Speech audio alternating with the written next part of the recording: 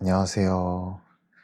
오늘은 AI 시대에 대처하는 우리의 자세에 대해서 한번 이야기를 한번 나눠볼까 합니다.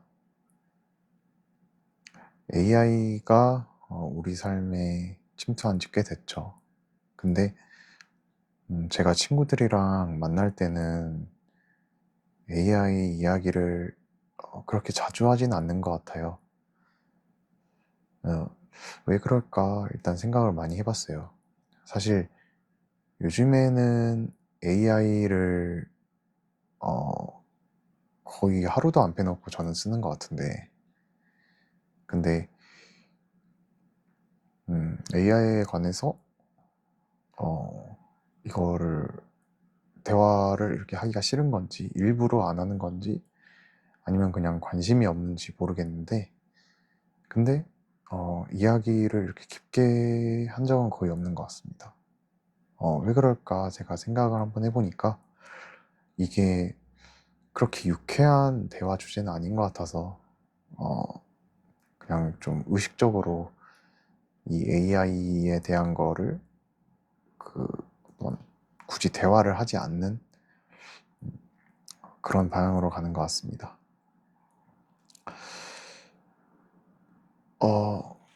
결국엔 AI에 대한 걸 이렇게 들으면 가장 먼저 생각나는 게 바로 일자리 문제죠. 일자리는 뭐 여러분도 다 아시겠지만 한 25살 이후로 거의 죽기 직전까지 우리 인생의 어떤 가장 큰 주제인 그 직업을 어떻게 보면 뺏어갈 수 있다. 그래서 사람들이 AI를 좋아한다기보다는 좀 그렇게 유쾌하지만은 않은, 있어서 편하긴 한데 그렇게 유쾌하진 않은 그런 느낌인 것 같습니다. 근데 이게 제가 조금 젊어서일 수도 있어요. 어, 그 조금 나이가 있으신 분들, 그 50대, 60대, 70대 이러신 분들은 AI에 대해서 어떻게 생각하실지 모르겠는데,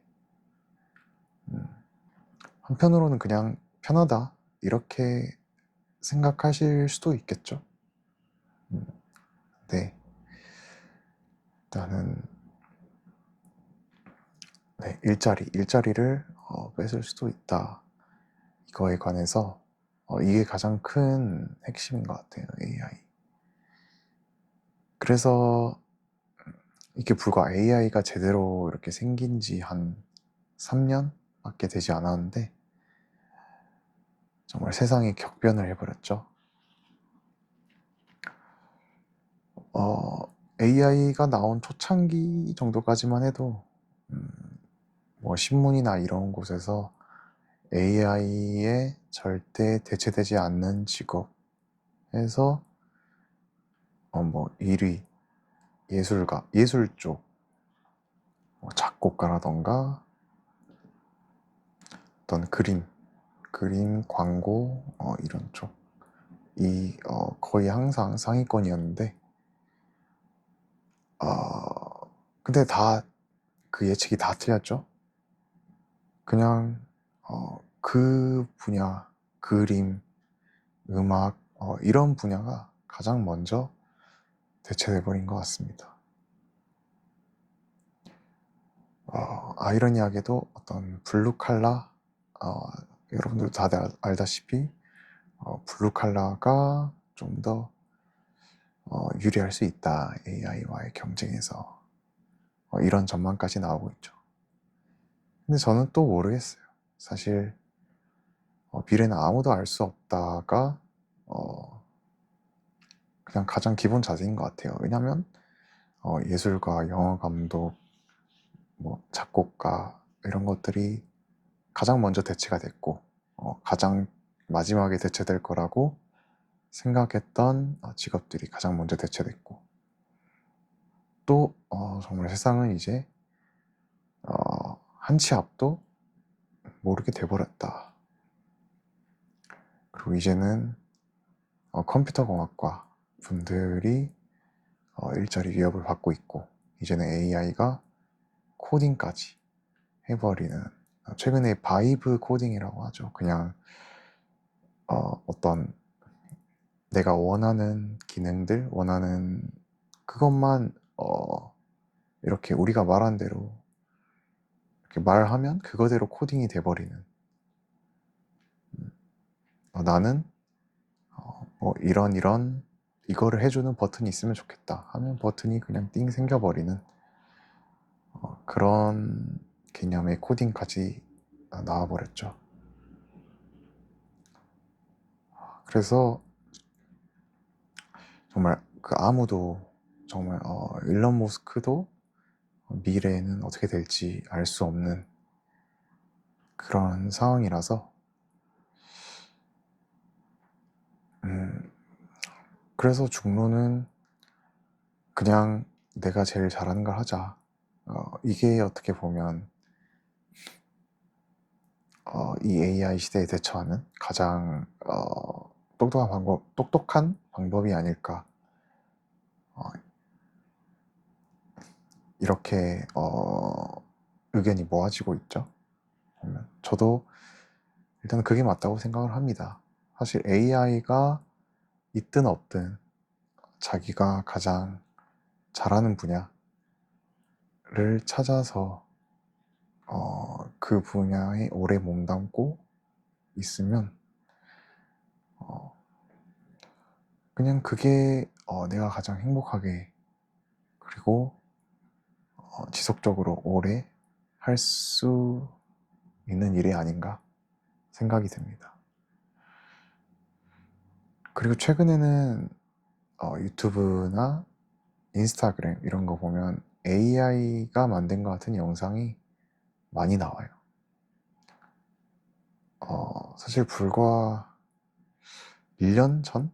1년 전만 해도 굉장히 조잡했는데, 이제는 이게 AI가 만든 건지 그냥 진짜 사람인지 정말 제대로 봐야 구별할 수 있고, 그리고 어떤 거는 사실 잘 구별도 안 돼요. 그래서 이 현상이 점점 더 심해질 건데,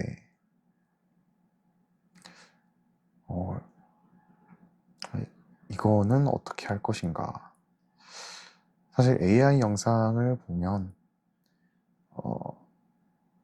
기분이, 저만 그런지 모르겠는데 기분이 별로 좋지 않아요. 물론 뭐 제가 유튜브 활동을 하고 있으니까 이게 내 밥그릇을 뺏는구나 이게 아니라, 그냥 조금 인간으로서 본능적인 거부감, 이런 게 전 개인적으로 들더라고요. 그래서 특히 AI 영상이 인스타그램에 많은 것 같은데, 유튜브보다는 인스타그램이 좀 더 많은 것 같은데,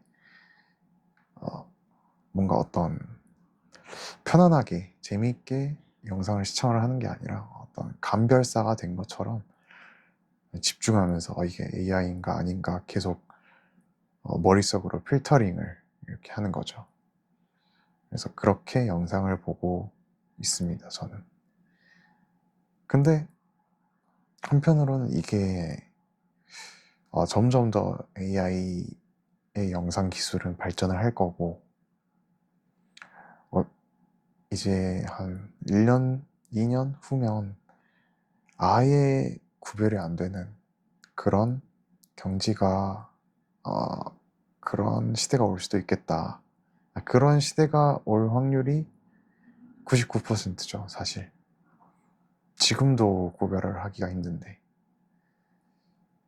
그래서 어떻게 해야 하나. 그냥 저는 그냥 AI든 뭐든 이제는 그냥 내가 재밌으면 되지 않을까? 이런 생각을 하면서 영상을 보려고 해요, 이제는. 어차피 구별하기도 힘들 거고, 구별해봤자 뭐하나 이런 생각도 들고, 정말 혼돈의 시대인 것 같습니다. 정말 AI가 과연 이게 축복인지, 좋은 기술인지 나쁜 기술인지 저는 이제는 잘 모르겠어요. 이게 있으면서 확실히 삶이 좀 편해지긴 했는데, 과연 이게 좋은 것인가, 이거에 대한 고민은 항상 해봐야 되는 것 같습니다. 어쩌면 저는 이런 생각도 조금 해요. 이제는 개인이 영화를 개인이 혼자서 영화를 만들 수 있는 시대가 곧 올 것 같다. 어쩌면 지금 이 어떤 1인 영화 프로젝트를 진행하고 있는 사람이 있을 수도 있어요. 본인의 어떤 컨텐츠, 본인의 어떤 이야기를 어떤 구상을 해서 AI의 도움을 이용해서 배우를 고용을 할 필요가 없는 거죠. 직접 그 AI로 이렇게 가상의 인물을 만들면 되니까. 그래서 미래에는 그런 플랫폼도 생길 것 같아요. 개인이 제작한 영화를 올리는 거죠. 유튜브처럼. 유튜브가 그 플랫폼이 될 수도 있고요. 그래서 그거를 사람들이 원할 경우 구매해서 그거를 보는 그런 플랫폼도 있으면 되게 재밌겠다, 이런 생각도 듭니다. 그래서 한 사람이 6개월에서 1년 자신의 시간을 갈아 넣어서 한 편의 영화를 만들어내는 거죠. 제작, 그 다음에 어떤 OST, 배우, 기획 이런 거를 전부 해주고, 그 플랫폼은 저작권 문제라던가 아니면 홍보 이런 거를 맡아서 해주고, 어떤 이런 플랫폼이 있어도 굉장히 재밌을 것 같다, 이런 생각이 듭니다. 네, AI의 시대. 좀 무섭기도 하지만 그래도 어쩌겠어요, 사실. 적응을 할 수밖에 없습니다. AI의 흐름은 정말 내가 뭐 어떻게 한다고 해서 거스를 수 없는 흐름이고, 그냥 나는 오늘 하루 최선을 다한다. 저는 이게 그냥 최선인 것 같습니다. 네, 일단 오늘은 여기까지 하도록 하겠습니다. 다음에 또 뵙죠.